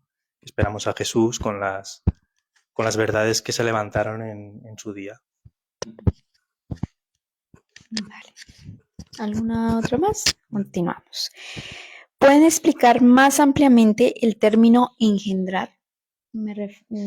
Pienso que la persona pregunta en cuanto al engendramiento del Señor Jesús, ¿no? Engendrar es dar a luz, básicamente es dar a luz. Es cuando alguien nace, engendra, ¿no? Entonces, bueno, se utiliza en varios términos, ¿no? Se utiliza pues cuando Pablo dice que engendra hijos, ¿no? Es decir, que la palabra de Dios, al predicarla, pues engendra, da a luz a nuevos cristianos, porque dice que cuando nos convertimos somos nuevas criaturas, ¿no? Pues es el nuevo nacimiento, de hecho, ¿no? Entonces, de una manera, pues el cristiano es engendrado de nuevo. Y bueno, luego también está pues en términos de Cristo, de la figura de Cristo, engendrado en la tierra, luego engendrado antes en los días de la eternidad, ¿no? Que eso no lo he escuchado creo que en ninguna religión. De hecho, la única religión, bueno, hablamos de religiones, ¿no? Pero por lo que conozco, los únicos que hablan realmente de un engendramiento en los días de la eternidad de Cristo es el adventismo no actual, sino el adventismo pionero. Sí, adelante. Y una distinción importante en lo que puede ser el engendramiento es que hay un trasvase del que sales. O sea, la naturaleza, por ejemplo, el engendramiento de Jesús, el que se ha engendrado es que tiene la naturaleza del Padre. y es muy diferente y una clara diferenciación en lo que puede ser una criatura, un ser creado por Dios. Sí, y hay un punto que me gustaría aclarar porque mucha gente no lo entiende, y mira, es otra oportunidad para aclararlo, ¿no? Algo engendrado es algo que sale de dentro de algo más o de alguien, ¿no? Nosotros somos engendrados por nuestros padres y hemos salido de dentro de la madre. En cambio, creado es que algo venga a la existencia a partir de materiales existentes ya en la Tierra. Por ejemplo, esta mesa está creada a partir de madera y otros materiales, pero ya estaban ahí, simplemente se han juntado, se ha dado forma, ha sufrido unos procesos y ha dado luz esta mesa. Pero engendrar es algo que sale de, no se puede engendrar algo usando materiales que tenemos en existencia aquí delante. Eso es crear y aquello es engendrar. Y son términos que algunos los ven muy parecidos, pero son totalmente, radicalmente distintos. No tiene nada que ver, por ejemplo, en el tema del Hijo. Si alguien dice que Jesús es creado, está totalmente equivocado, porque no hay ninguna luz bíblica al respecto de eso. Si alguien dice que Jesús es engendrado en los días de la eternidad, tiene apoyo bíblico para ello y no tiene nada que ver con creado. Lo digo porque a veces, ¿no?, en este tema no faltan, ¿no?, las personas que dicen, entonces eres como de los testigos de Jehová. No, los testigos de Jehová dicen que Jesús es creado y que es un Dios menor. Quien dice que Jesús es engendrado en los días de la eternidad, primero dice que es engendrado, no creado, y no es para nada un Dios menor. Es Dios en la misma altura que el Padre, porque tiene su misma naturaleza y es su Hijo, ¿no? Sí, yo quería aportar que aparte es algo, yo creo que es algo que se nos escapa de la mente siendo algo tan sencillo. No sé si es que teologizan, sería la palabra correcta. O sea, es tan claro como que es el Hijo de Dios. No hay mucho más que, o sea, es el Hijo del Padre, ¿verdad? Cuando leímos Juan 3:16, bueno, que lo sabemos de memoria todos, ¿verdad? Que dice, porque de tal manera amó Dios al mundo que ha dado a su Hijo unigénito para que todo aquel que en él crea no se pierda, más tenga vida eterna. Lo está diciendo bien claro. Es el Hijo de Dios, ¿no? Entonces, no puedes decir que Él se creó igual que nosotros, porque también si nos vamos a Timoteo, si no me equivoco, ¿no? Dice que el único mediador entre entre el Padre y el resto es el Hijo, ¿no? O sea, realmente, y bueno, y si nos vamos a Miqueas, ahí comprendes, ¿verdad?, que fue engendrado en la eternidad de los días. Entonces, es sencillo de comprender, ¿no? Es el Hijo, porque es el Hijo de Dios, ya está. Yo creo que es que la gente lo complica mucho y cuando empieza ya el mundo de la teología y de intentar dar una explicación que, por lo menos yo bíblicamente no la encuentro. Sí, no, la palabra es sencilla, ¿no? Porque dice, de tal manera amó Dios al mundo que ha dado a su Hijo unigénito. Y se está refiriendo a su Hijo literal, ¿no? Y de hecho unigénito significa único nacido y a la vez también significa engendrado. Porque en inglés, si buscamos la palabra unigénito, veremos que es only begotten. Y only begotten es el único nacido, engendrado. Es sinónimo, es lo mismo. No sé si más preguntas. Sí, tenemos varias preguntas. Una pregunta, ¿en qué parte del proceso del Apocalipsis, en qué sello vamos? ¿Cuánto tiempo creen que nos queda? ¿En qué sello? ¿En qué parte del Apocalipsis estamos? ¿En qué sello vamos? ¿Y cuánto tiempo queda? En mi opinión, según lo que he mirado de ello, estamos en el sexto sello. Porque básicamente el séptimo sello, no recuerdo el versículo, pero el séptimo sello corresponde con la séptima trompeta y eso ya estamos prácticamente en las plagas, ¿no? Con lo cual estamos en el sexto sello. ¿Cuánto tiempo queda? Pues bueno, algunos dirán que queda tanto, otros que no tienen ni idea, otros que puede ser mañana. No lo sé. Yo pienso que el tiempo es el tiempo de gracia que Dios te da a ti como persona, ¿no? Porque si nosotros decimos que quedan, 5 años por decir algo, no sé si mañana voy a estar viva o dentro de 5 minutos voy a estar. O sea, el tiempo de gracia es el tiempo que Dios te da y el día es hoy, lo que te da hoy, ¿no? No sé. Continuamos. ¿Es correcto decir que la salvación no es por obras, pero las obras son consecuencia de la salvación? Obviamente, porque mirad, la fe verdadera produce unas obras y estas obras son productos de la fe. Con lo cual, si dices que tienes fe, y eso lo dice Santiago, lo estoy parafraseando, si dices que tienes fe pero no tienes obras, o quizás Romanos, no me acuerdo, pero bueno, es uno de estos dos. Santiago. Si dices que tienes fe pero no tienes obras, entonces ¿qué fe tienes? Pero si tienes obras y no tienes fe, ¿de dónde provienen tus obras? ¿No? Con la cual, la fe verdadera lleva obligatoriamente a obrar. El fruto que lleva a tener esta fe verdadera es obras buenas en sintonía con esa fe, con lo cual somos salvos por fe y las obras de esta fe. Todo va unido, no es por obras o fe u obras, va todo unido. Sí, yo creo que somos salvos por gracia, pero seremos juzgados por obras, ¿no? Como dice, por eso dice Santiago que la fe sin obras es muerta, ¿no? Entonces, claro, no solo... Es lo que pasa en un mundo, en otras denominaciones, ¿verdad? Que dicen que, bueno, ya somos salvos por gracia. Y ya se creen con la libertad de hacer lo que quieran, ¿no? A ver, hay lo que hablábamos antes, hay unas leyes que cumplir, ¿no? Entonces seremos juzgados también por nuestras obras. ¿A qué se refiere Primera de Juan, capítulo 5, versículos 7 y 8? Ya sé, a ver. Primera de Juan, capítulo 5, versículo 7, es un versículo que está en las Biblias actuales, pero que no estuvo en ninguna Biblia o en ningún manuscrito anterior, creo que al siglo XVI-XVII. El versículo 7 especialmente fue escrito, fue puesto por Erasmo de Rotterdam, porque él se negó a añadir este versículo en las escrituras, o bueno, que los tres son uno, ¿no? Este término, si alguien no le mostraba un manuscrito anterior, o un manuscrito en el cual pues estuvieran estas palabras, ¿no? Y él no podía añadir, él estaba haciendo una traducción y él no podía añadir esas palabras, ¿no? Si no estaban, ¿no? En ningún manuscrito. Entonces alguien le presentó un manuscrito y ahí estaban estas palabras y él las transcribió en las Biblias y ahora es la que tenemos, ¿no? Al menos en la Reina Valera del 60, la de 1909, etcétera, está este versículo. Pero más tarde se supo que realmente eso era un comentario exegético, ¿no? De una exégesis que hizo una persona y lo hizo de una manera marginal en la escritura y fue añadido pues a las escrituras y fue añadido pues a las escrituras, ¿no? Por lo tanto, este texto que dice, porque tres son los que dan testimonio en el cielo, el Padre, el Verbo y el Espíritu Santo, y estos tres son uno, no es un texto que está en ningún manuscrito anterior al siglo XVI-XVII.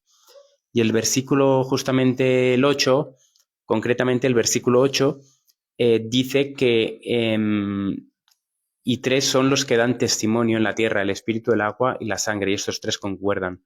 Y si miramos realmente, estos tres que concuerdan se refieren a Cristo. El agua, porque Cristo pues es el agua de vida, ¿no? La sangre, porque es la sangre de Cristo la que nos lava de todo pecado, y el Espíritu, porque en 2 Corintios 3, capítulo 17, nos dice que el Señor es el Espíritu, refiriéndose a Cristo. Por lo tanto, concuerdan en que Cristo mismo pues testificó de esto, ¿no? De la verdad, ¿no? Es el que testifica aquí en la tierra.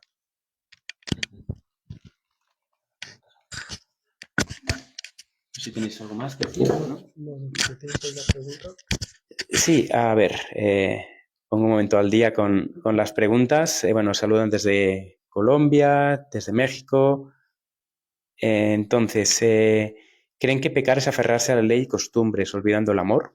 Entonces, limpiarse de pecado es poner el amor como herramienta ante todo. Bien dijo Jesús, que os améis unos a otros, este es mi último mandamiento. La primera pregunta sería, ¿creen que pecar es aferrarse a la ley y costumbres olvidando el amor? No, pecar es, como dice 1 de Juan, es transgredir la ley. 1 de Juan 3:4 dice que el pecado es la transgresión de la ley. Con lo cual, aferrarse a la ley no es pecar, precisamente. Otra pregunta, dicen, estando bautizado, y si uno está bautizado, ¿no? Y se desvía y cae, ¿debemos ser nuevamente bautizados? Y así Dios nos perdonará. Bueno, hay algo que se llama arrepentimiento.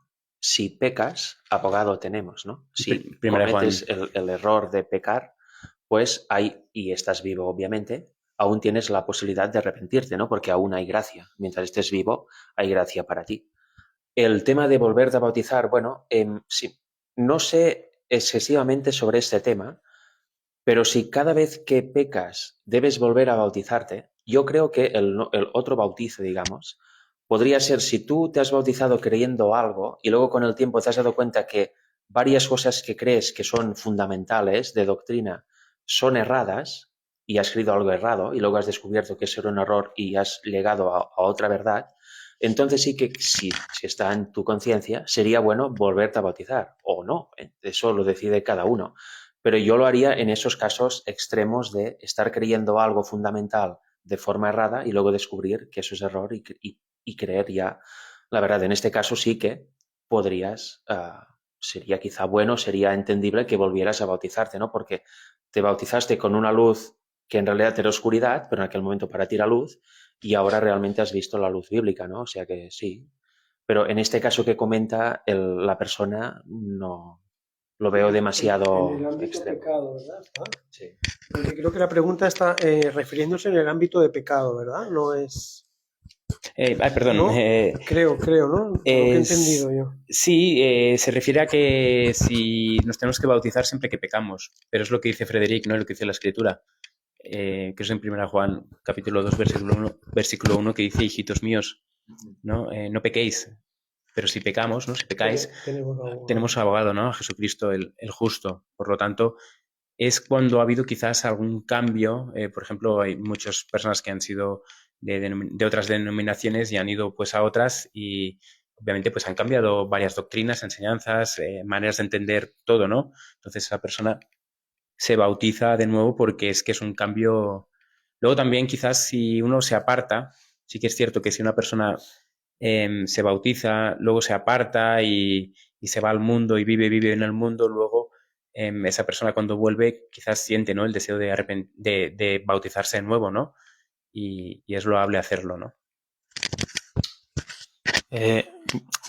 Yo también tengo, bueno, no sé si realmente el bautismo, si tienes la oportunidad y Dios te pone esa oportunidad de que alguien te pueda bautizar, hay que hacerlo. Pero puede ser que por lo que sea no tengas a una persona que te bautice.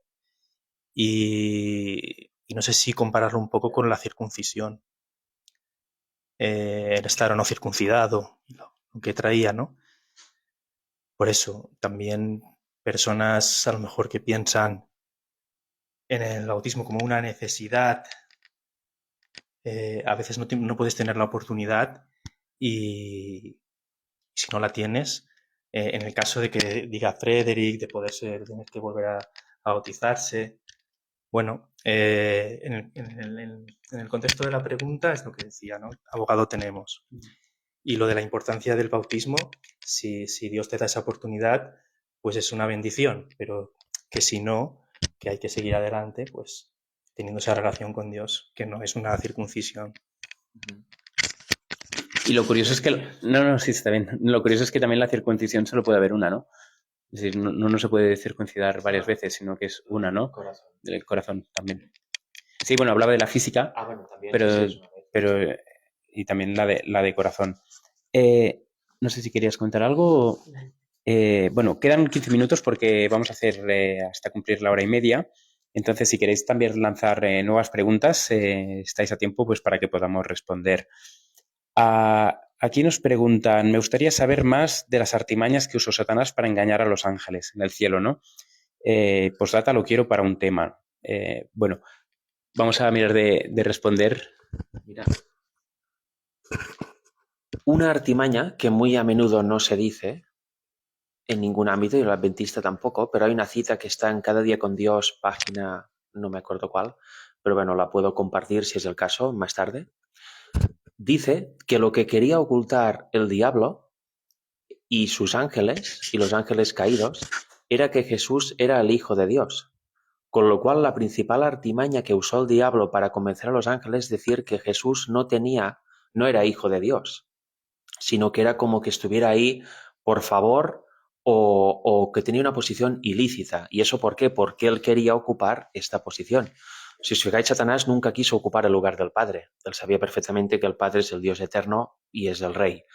pero sí que quería ocupar como mínimo el lugar de Jesús, o como mínimo, perdón, entrar en los concilios entre el Padre y el Hijo. Con lo cual, la principal artimaña fue intentar desprestigiar a Cristo y su autoridad y su verdadera posición. Por eso en Patriarcas y Profetas capítulo 1, ahí se muestra cómo el Padre tuvo que convocar a los ángeles y decir, mirad, aquí está mi Hijo y esta es su posición, hacer este recordatorio para que no se dejaran engañar por el diablo. Con lo cual, para mí, lo que he visto, la principal artimaña fue esta, sumado también a que Dios no era un Dios justo, que era dictador porque les quería obligar a guardar una ley por temor a las consecuencias, etcétera, ¿no? Pero ya te digo, os digo, mejor dicho, la principal artimaña era ¿cómo se dice? Bueno, quitar, ¿no? Desvincular, desnudar a Cristo de su posición real. Desacreditarlo, ¿no? De la posición que tenía. Y de hecho también cuando Cristo es llevado al desierto, Satanás lo tienta por el mismo lugar. Es decir, así como a los ángeles puso en duda la posición de Cristo en el cielo como hijo de Dios, cuando tentó a Cristo aquí en la tierra, también, si eres hijo de Dios, di que estas piedras se conviertan en pan. Y luego también en la cruz lo vemos, si eres hijo de Dios, no ya Satanás directamente o uno de sus ángeles, sino a través de una de las personas que estaba ahí, que obviamente estaba llevada y movida por el espíritu de Satanás, le dijo, ¿no? Si eres el hijo de Dios, baja de esta cruz, ¿no? Baja de la cruz. Por lo tanto, lo estaban tentando siempre por el mismo lugar. Que él, pues, claro, si bajaba de la cruz, estaba pecando porque estaba utilizando pues un poder que tenía y que no debía utilizar, porque Cristo tenía que padecer por nosotros, y a la vez también él es nuestro ejemplo, ¿no? Y no debía utilizar nada que nosotros no podemos utilizar. Y por otro lado, el hecho de que y si no bajaba, estaba como negando que no era el Hijo de Dios, ¿no? De hecho, Satanás es lo que quería, ¿no? Que Cristo no sea reconocido, y es lo que actualmente ha conseguido en muchas iglesias, o en casi todas las iglesias protestantes, es que la gente no reconoce realmente que Cristo es Hijo de Dios. Quizás lo perciben como Hijo de Dios aquí en la tierra, pero no lo perciben como Hijo de Dios por la eternidad. Sí, otra artimaña que yo no sé si lo explican Patriarcas y Profetas o en la historia de la redención, no recuerdo, pero una cosa que hizo también Satanás es que cuando ya tenía una parte de ángeles engañados, les dio a entender que ya no tenían vuelta atrás. Entonces es un gran engaño, porque Dios perdona. En el momento, o sea, le dijéramos que les negó el arrepentimiento. Y es algo como que yo creo que a partir de ahí yo me imagino, ¿verdad? Que ganó más almas, ¿verdad? Más ángeles caídos en este caso, pero les dio a entender, creo que es la historia de la redención que lo cuenta, bueno, no sé, o si no, Patriarcas y Profetas, que bueno, que ya no hay marcha atrás, que ya estaban con él, ya no se podían arrepentir ante Dios, y entonces ya tenía, o sea, dijéramos que era de su bando, ¿verdad?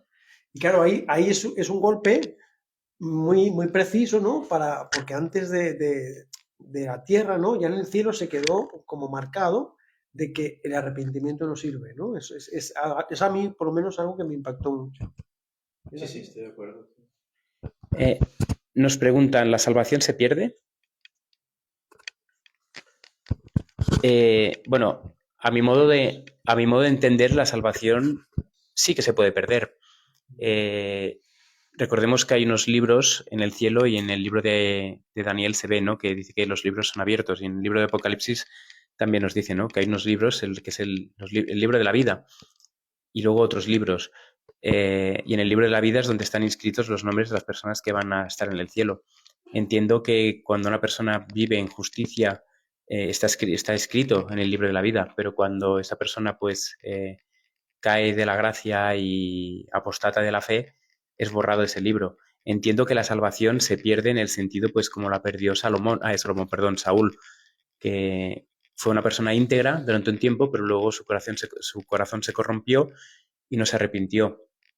Y por lo tanto, seguramente pues su nombre estuvo inscrito, pero en la etapa de su reinado, que se empezó pues a enorgullecer, a sentir celos de David y a desobedecer a Dios, creyéndose que él estaba por encima, ¿no? Siendo anticristo, ¿no? Tomando el lugar de Cristo, pues obviamente pues ahí perdió la salvación, algo que tenía, ¿no? Y de hecho la salvación se nos da a todos. Dice que Dios no quiere que ninguno se pierda, sino que todos procedan al arrepentimiento y todos sean salvos. Por lo tanto, todos, para Dios, todos podríamos ser salvos y los que no, pues pierden esa opción de salvación. Es algo curioso lo que estás diciendo, Alexis, porque realmente yo sí, bueno, yo creo que todos pensamos igual, que sí, la salvación la puedes perder. Pero es un punto clave donde muchos hermanos no la acaban de entender. La salvación tú la pierdes por el pecado imperdonable. Pero el pecado imperdonable, ¿cuál es? Habla en la Biblia del Espíritu Santo. Pero cuando profundizamos sobre qué es el pecado imperdonable y qué es blasfemar contra el Espíritu Santo, nos damos cuenta que realmente es un rechazo a Cristo, ¿verdad? El Espíritu de Profecía habla de eso. O sea, es un rechazo a Cristo continuamente, así como hizo el pueblo judío, ¿verdad? Que dejó de ser el pueblo escogido. Entonces, claro, en el momento que tú rechazas continuamente a Cristo, ¿no? Y el poder de salvación que te inculca a ti, ese es el pecado imperdonable, ¿no? Pasa que muchos hermanos creen que, como se menciona el Espíritu Santo, pues que tú puedes blasfemar contra el Espíritu Santo y no puedes, y puedes blasfemar contra el Padre y el Hijo, ¿no? Que es algo absurdo. Pero sí, claro, la salvación se puede perder porque Cristo es el que nos salva y en el momento de que tu dureza de cerviz, ¿verdad? Ya dice, no quiero más, pues claro, la salvación personalmente pienso que se pierde. Nos preguntan sobre el bautismo, ¿no? El bautismo, el Padre, el Hijo y el Espíritu Santo no es real y debe ser bautizado en el nombre de Yeshua. ¿Qué opinamos? ¿Sí? ¿Se terminó la batería? Sí, bueno, yo sé que hay una controversia al respecto de esto. Yo conozco muchos hermanos que realmente bautizan, ¿no? En el nombre de Jesús y su explicación está muy, muy cercana a lo que yo he visto en las Escrituras. De hecho, está casi tan cercana que casi pensamos lo mismo, se podría decir. Y lo único que difiere es qué palabras voy a usar a la hora de que estoy en el agua y yo bautizando a una persona, ¿no? Por decir algo, te bautizo en el nombre del Padre, del Hijo, del Espíritu Santo y te bautizo en el nombre de Jesús o de Yeshua, como decía el hermano. Bueno, hay dos visiones para entender eso y realmente a lo que voy yo es si una persona cuando se bautiza en el nombre del Padre, del Hijo y del Espíritu Santo tiene en mente a una Trinidad y que se bautiza en el nombre de la Trinidad, entonces ahí está en un error, tiene una creencia que no es bíblica. En cambio, si una persona se bautiza en el nombre del Padre, del Hijo y del Espíritu Santo y sabe que el Padre es el Dios eterno, que el Hijo es el Hijo del Padre y que el Espíritu es el Espíritu de ellos enviado del cielo para el pueblo, entonces tiene una creencia correcta. Y es lo que tenían en mente los pioneros adventistas, por ejemplo, cuando bautizaban, ¿no? Es así. Es la diferencia más importante que veo, ¿no? No más que en el nombre de Jesús, en el nombre del Padre, del Hijo, del Espíritu Santo, sino qué tienes en mente. Si tú te bautizas en el nombre de la Trinidad, puedes creer que es verdad, no tengo ningún problema con eso, yo creo que no, pues estás creyendo algo que yo no veo en la Biblia ni en el Espíritu de Profecía, pero si entiendes quién es el Padre, quién es el Hijo, quién es el Espíritu Santo, entonces sí que puedes bautizarte en el nombre de esos tres grandes poderes o estas tres grandes agencias del cielo, pero debes tener su identidad correctamente establecida. Y esta en ningún caso es una trinidad o tres seres coeternos, coiguales, que están en el cielo formando un solo Dios en unidad. Esa para mí es la clave más absoluta, porque en realidad es un tema de conciencia, ¿no? Si tú crees algo que está de acuerdo con la Biblia, bien, si no, no. Y ahí está el problema. ¿Te bautizas en el nombre de un Dios imaginario como es la Trinidad o te bautizas en el nombre de los tres grandes poderes del cielo, ¿no? Las tres grandes personas del cielo, el Padre, el Hijo y el Espíritu Santo? Sí, exacto. Como dice Frederick, yo lo pienso igual. Yo creo que para mí es viable bautizar en nombre del Padre, el Hijo y el Espíritu Santo, porque también el Espíritu de Profecía enseña eso. Mateo 28, 19, la profeta habla de eso. Pero siempre y cuando, exacto, tú sepas quién es el Padre, el Hijo y el Espíritu Santo. ¿Qué es lo que pasa? Que cuando bautizas en el nombre de Jesús, estás desechando al Padre y al Espíritu Santo, ¿verdad que no? Entonces, es lo mismo. O sea, tú estás bautizando en el nombre de Jesús, ¿por qué? Porque Jesús representa el Padre, el Hijo y el Espíritu Santo.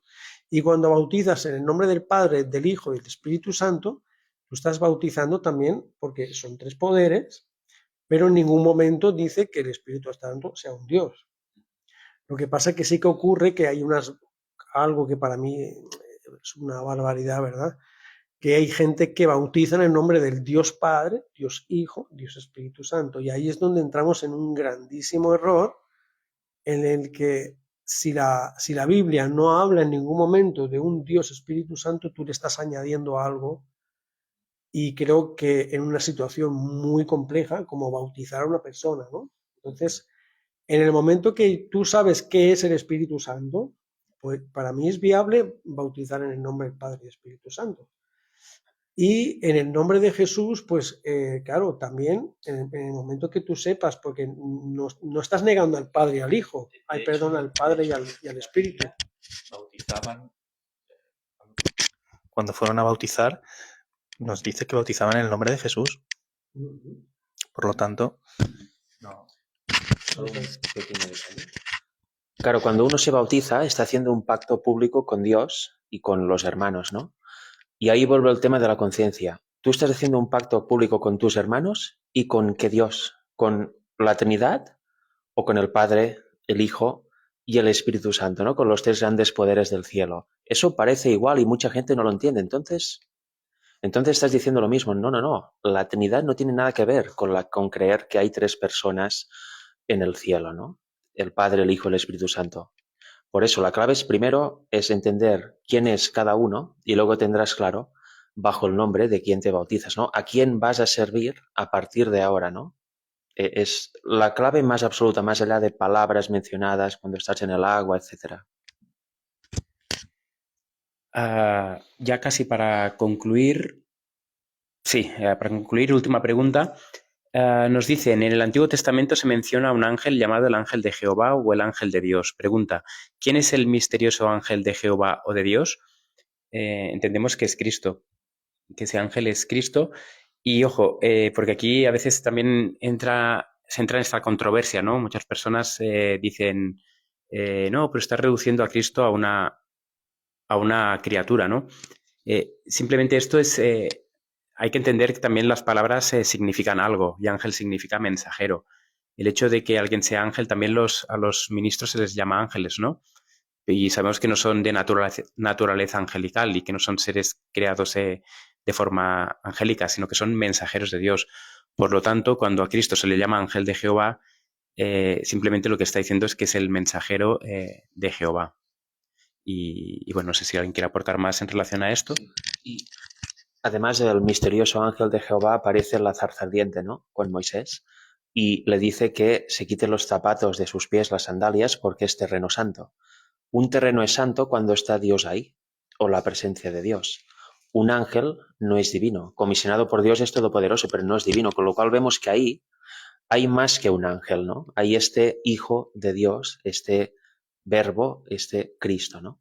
Eso es bastante claro a mi entender, porque cada vez que aparece, cuando aparecen ángeles se ve de una manera, cuando aparece este ángel de Jehová, se ve que es otra cosa, es mucho más que un simple ángel, ¿no? Con lo cual, ni es rebajar a Cristo a criatura, ni es convertir a un ángel en Dios, ¿no? Sino que es simplemente eso.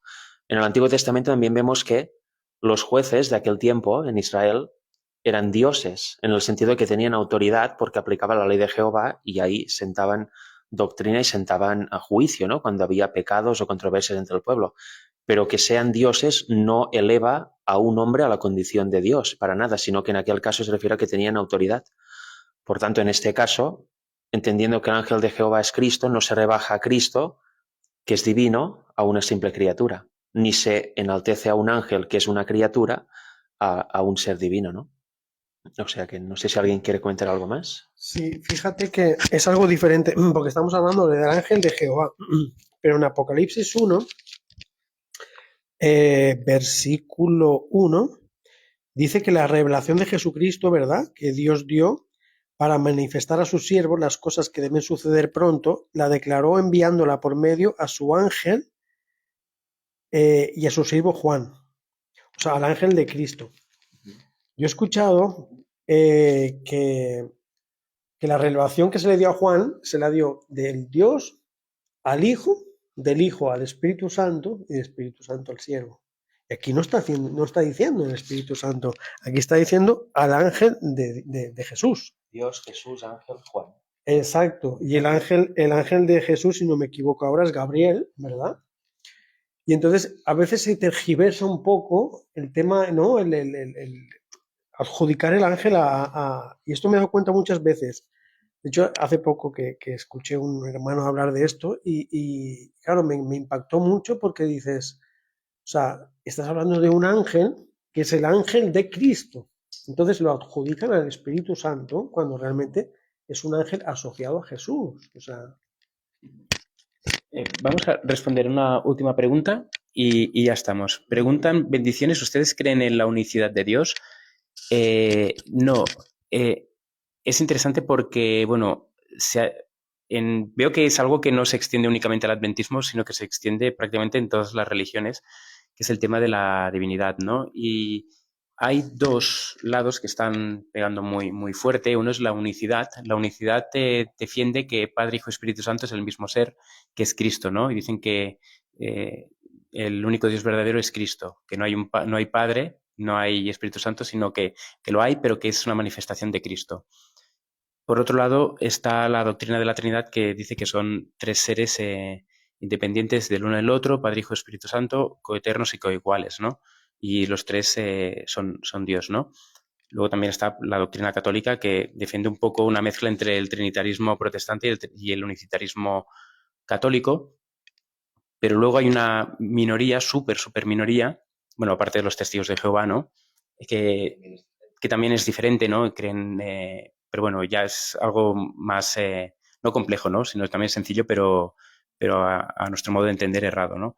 Pero luego hay lo que creemos que es la sencillez del Evangelio que se encuentra en las palabras de Pablo de 1 Corintios 8:6, que de hecho es que cuando vamos a definir realmente quién es Dios, pues Pablo tiene las palabras quizás más acertadas porque muchas veces se utiliza, ¿no? Mateo 28:19 como principio fundamental de la doctrina de Dios.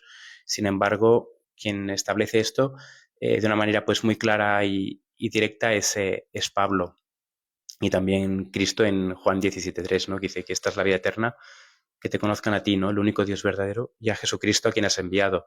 Pero Pablo dice que para nosotros, sin embargo, solo hay un Dios, el Padre, del cual proceden todas las cosas, y nosotros somos para Él. Y dice, y un Señor Jesucristo, por medio del cual son todas las cosas, y nosotros por medio de Él. Por lo tanto, nosotros lo que entendemos es que hay un Dios que es el Padre, un Señor que es Jesucristo, que es digno de que se le llame Dios porque es hijo de Dios, y como hijo de Dios, pues recibe los mismos atributos que el Padre, tiene la misma naturaleza que el Padre, y por lo tanto es digno, ¿no? De que se le llame Dios. Incluso en Romanos 8:5 se le llama Dios sobre todas las cosas. Y es Dios sobre todas las cosas porque el Padre lo pone sobre todas las cosas, salvo Él, ¿no? Eso nos lo dicen, creo que es en 1 Corintios, capítulo 15, creo. Y luego pues entendemos también que el Espíritu Santo es, como dicen Romanos 8:9, es el Espíritu de Dios y es el Espíritu de Cristo. Es la presencia de ambos en el corazón del cristiano. Y obviamente pues los ángeles tienen una parte fundamental en traernos también el Espíritu de Cristo, ¿no? Recordemos que ellos están ante la presencia de Dios y ellos reciben, ¿no? La gloria del Padre y del Hijo, y ellos también nos la dan y nos traen la propia presencia de Dios y de Cristo, ¿no? Y de una manera pues especial pues la de Cristo, ¿no? Es el Espíritu de Cristo con nosotros. Sí. Y para añadir, y yo por mi parte ya casi terminaré, añadir dos versículos. Uno es Efesios 4, que dice, sí, Efesios 4:4, que dice así, un cuerpo y un espíritu, como sois también llamados en una misma esperanza de vuestro llamamiento, un Señor, una fe, un bautismo, un Dios y Padre de todos, el cual es sobre todo y por todo y en todos vosotros. Eso complementa 1 Corintios 8:6. Y luego Juan 17:3 es clarísimo, ¿no? Y son palabras de Jesús. Y esta es la vida eterna, que te conozcan a ti, el único Dios verdadero, y a Jesucristo quien tú has enviado. Está orando al Padre, porque dice al inicio de la oración en el 1, Padre, la hora ha llegado, glorifica a tu Hijo para que tu Hijo también te glorifique a ti. Con lo cual aquí dice, que te conozcan a ti, en singular, no a vosotros, el único Dios verdadero y a Jesucristo, que es el mismo a quien ha enviado, ¿no? Es así, Gálatas 4, 4 al 6 dice que Dios, el Padre, enviará a vuestros corazones el Espíritu de su Hijo, que clama Abba Padre, que es el mismo Espíritu de Cristo, etcétera, etcétera. O sea que creemos en un Dios, el Padre, su Hijo Jesucristo, divino como el Padre, y el Espíritu Santo, que es el Espíritu enviado del cielo por ellos, ¿no? Y aparte que el mismo Hijo de Dios, Jesucristo, habló y dijo de mi Dios, el que es también vuestro Dios. Ahora no recuerdo exactamente, ¿no? Sí, en Apocalipsis 3. Sí, ¿verdad? Y en la resurrección de... Por tanto, él mismo dice que el Padre es mi Dios. Entonces, Dios solo hay uno, el Padre, luego el Hijo y el Espíritu Santo, que lo comparten. Y mira, y primera de Timoteo 2, versículo 5 dice, porque hay un solo Dios y un solo mediador entre Dios y los hombres, Jesucristo hombre. ¿No? Y uno dice, bueno, pues ¿cómo puede haber un mediador solo? ¿Dónde está el Espíritu Santo? Claro, cuando uno profundiza en el Espíritu y profecía, se da cuenta de que es que el Espíritu es Cristo, ¿no? Y es claro, ¿no? Dice, las solo... Escrituras también. Exacto, exacto. Solo hay un mediador entre los hombres, ¿verdad? Y Dios es Jesucristo, hombre. De hecho, si os fijáis, hay un empeño satánico en quitar a Cristo de su puesto de mediador, porque muchos cristianos sinceros del mundo, que son católicos, dicen que María es intercesora y están firmes en ello. Eso el mundo protestante ya no lo tiene, pero en su lugar muchos están poniendo a un segundo mediador, que sería este tercer ser coeterno y coigual con el Padre y el Hijo, que es el Espíritu Santo, ¿no? Y todo eso va en la línea de quitar a Cristo como único mediador y quitar la obra de Cristo. Primero, antes de venir, era el que inspiraba a los profetas. Cuando vino como hombre, hizo todo lo que ya sabemos. Y ahora cuando se fue, como dice Juan 14, 16, me voy, pero os enviaré el Espíritu y vendremos a vosotros. Yo y el Padre vendremos a través del Espíritu a vosotros. No os dejaré huérfanos, con lo cual es eso, ¿no? Es ese empeño satánico de quitar a Cristo su único papel de intercesor y mediador. Unos poniendo a María y otros poniendo a un tercer ser coeterno y coigual. Y vuelvo a lo de antes, ¿no? Es vital conocer la identidad del Espíritu Santo, el quién es. Porque si no conoces quién es, lamentablemente estarás en un error y seguramente estarás llamando por alguien que, tal y como tú lo crees, no va a venir nunca, porque la identidad del Espíritu es que es el Espíritu de Cristo, Él en su naturaleza divina. Si tú pides a un tercer ser coeterno y coigual, este nunca va a venir, porque no existe como tal el Espíritu Santo así, sino que existe como el Espíritu de Cristo. ¿Y quién viene en su lugar si pides a otro que no está? Pues viene Satanás. En Primeros Escritos, página 54, creo que es, se ve a un grupo de creyentes pidiendo al Señor, Señor, danos tu espíritu. Y se ve a Jesús soplando su espíritu sobre ellos y en este aliento, dice ahí, hay mucha luz, mucha felicidad, gozo y los creyentes lo reciben y se van. Pero otros se quedan ahí, no han visto ese espíritu y dicen, Señor, envíanos tu espíritu, o Padre, envíanos tu espíritu. Y Satanás, Jesús se ha ido ya, y Satanás está ahí, les sopla su espíritu y en este espíritu no hay nada de luz. Y los tira para atrás, con lo cual, bueno, tengamos cuidado de qué espíritu pedimos, ¿verdad? Bueno, pues por mi parte ya daríamos por concluido este directo. Dios mediante, pues vamos a hacer más directos también de preguntas y respuestas o quizás de temas ya concretos. Y bueno, ya cuando lo vayamos a hacer ya lo anunciaremos. Ya miraremos si lo hacemos por esta plataforma o por otra. Y bueno, ya os iremos comentando y iremos pues publicando. Así que bueno, un abrazo a todos y que terminéis de pasar un feliz sábado. Un abrazo y bendiciones. Muchas bendiciones, hermanos. Feliz sábado. Bendiciones para todos, un feliz sábado para todos los hermanos que estáis conectados o que veréis el vídeo en el futuro.